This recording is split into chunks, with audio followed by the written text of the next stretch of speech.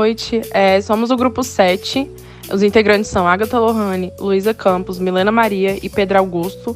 O nosso tema foi Jardim Sensorial e a gente aplicou esse Jardim Sensorial, realizou ele no Centro de Ensino Fundamental, no CACEB, que fica localizado na Asa Sul.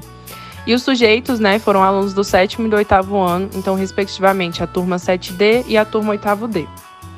Aí aqui, agora eu vou mostrar um vídeo, que eu fiz do caminho da escola, da portaria da escola até o Jardim Sensorial, porque ele ficou bem escondido mesmo, para os alunos não terem total acesso, mas é uma área verde muito grande e tinha bastante espaço, já recursos para a gente, o que ajudou muito o nosso trabalho. Então aqui a gente vê a portaria, vem essa primeira portaria, depois vem a segunda, que dá acesso ao pátio principal, então é onde os alunos ficam na hora do intervalo, nessa hora eles estavam tendo. E aqui já entra para o outro corredor, que seria meio que um pátio, mas não é. E aí aqui a gente tem o jardim. Então aqui a gente já estava com o canteiro, que eles já tinham feito, os pneus. E aí ainda tem esse outro resto de área verde, que a gente vai colocar mais canteiro e vamos fazer plantar mais coisas. E aí falando um pouco sobre o autor referencial, na realidade a gente utilizamos de 2 artigos bem parecidos, mas cada um tinha um pouco da sua proposta, trabalhou esse jardim sensorial de uma forma diferente.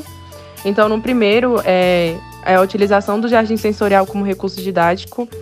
Ele foi feito pela Thaís Alves e pela Selma Ribeiro.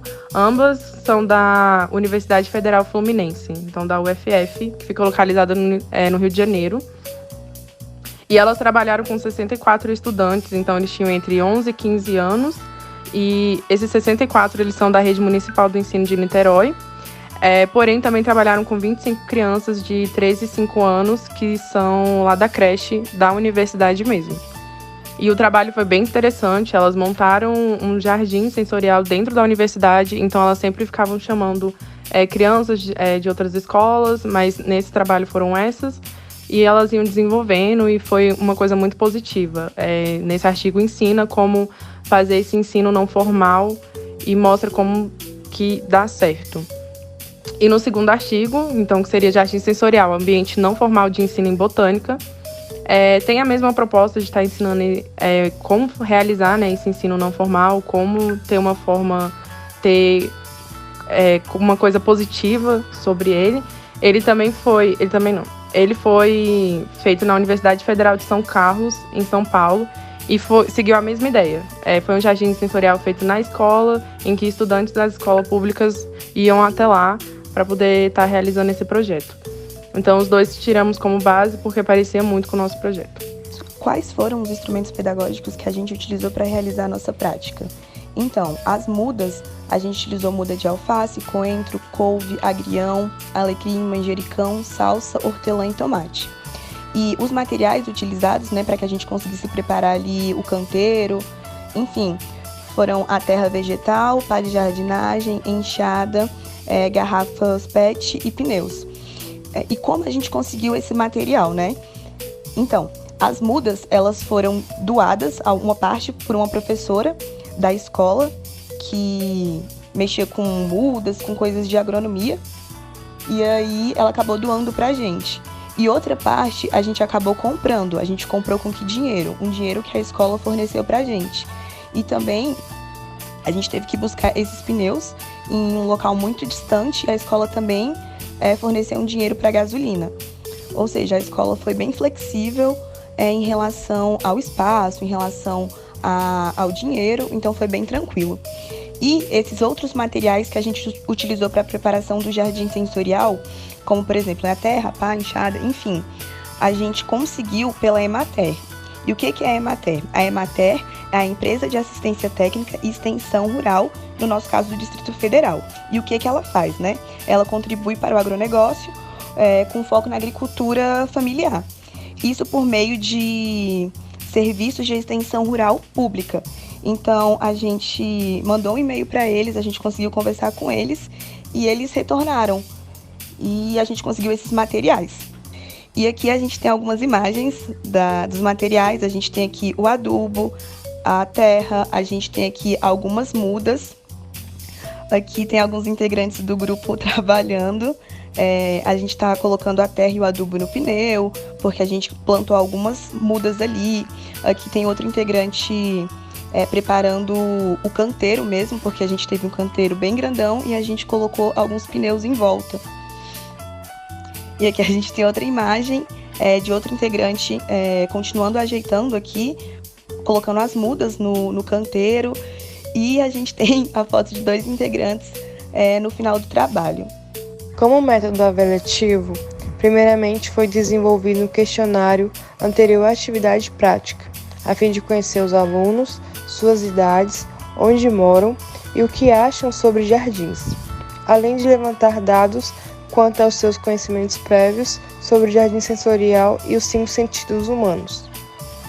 E então coletamos as informações e analisamos os dados.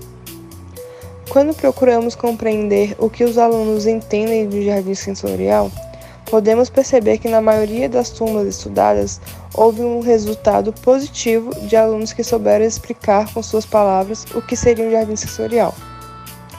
Em uma outra pergunta, a fim de saber se os alunos já tinham plantado alguma vez, também obtivemos respostas positivas, mostradas em azul, e pouquíssimos que colocaram que nunca tinham plantado, mostrado em cinza.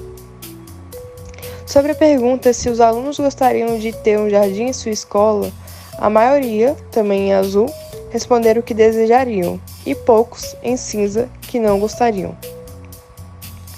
Posteriormente à prática, foi feita uma roda de conversa com os alunos a fim de avaliar o resultado acerca da atividade proposta. Os alunos expressaram satisfação, animação com a prática e uma maior absorção do conteúdo. Nós escolhemos a nossa teoria pedagógica baseada nos 5 sentidos, que é um conteúdo obrigatório do 7º e do 8º ano. O nosso foco foi essa quebra do ensino apenas teórico, a situação em que o discente se encontra em sala de aula e fica se tornando uma esponja, que está lá apenas para absorver o conteúdo que está sendo transmitido. Nós queríamos que, de alguma forma, o discente fizesse parte do adquirir conhecimento, que não fosse apenas uma esponja, ele estivesse realizando o ato de adquirir conhecimento. E foi assim que a gente teve o início do nosso projeto, pensando em ambiente que pudesse aguçar os 5 sentidos. E assim veio o jardim sensorial, porque acaba que nós iremos trabalhar todos esses sentidos com os estudantes, e de uma forma ou de outra vai ter interação com alguns outros conteúdos, e entra a interdisciplinaridade. Com o conhecimento do jardim também, nós estamos estimulando a curiosidade que os alunos têm, além da concentração para poder fazer uma atividade que eles não têm o costume. Então a gente tem essa interação de ser algo novo, algo prático, mas ao mesmo tempo algo que está ensinando o que eles precisam saber. Com isso, nós transmitimos os 5 sentidos humanos. Com o 7º ano, os alunos tiveram uma maior dificuldade para poder falar, mas eles conseguiram concluir e dizer quais eram os 5 sentidos. No 8º ano, eles conseguiram falar com uma maior rapidez. Com isso, nós pedimos exemplos do que seria cada coisa, para poder trabalhar no jardim com os alunos.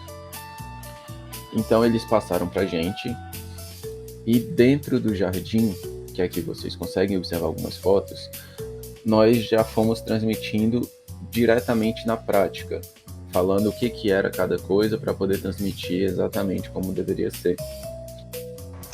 Mas então, o que aprendemos com o projeto?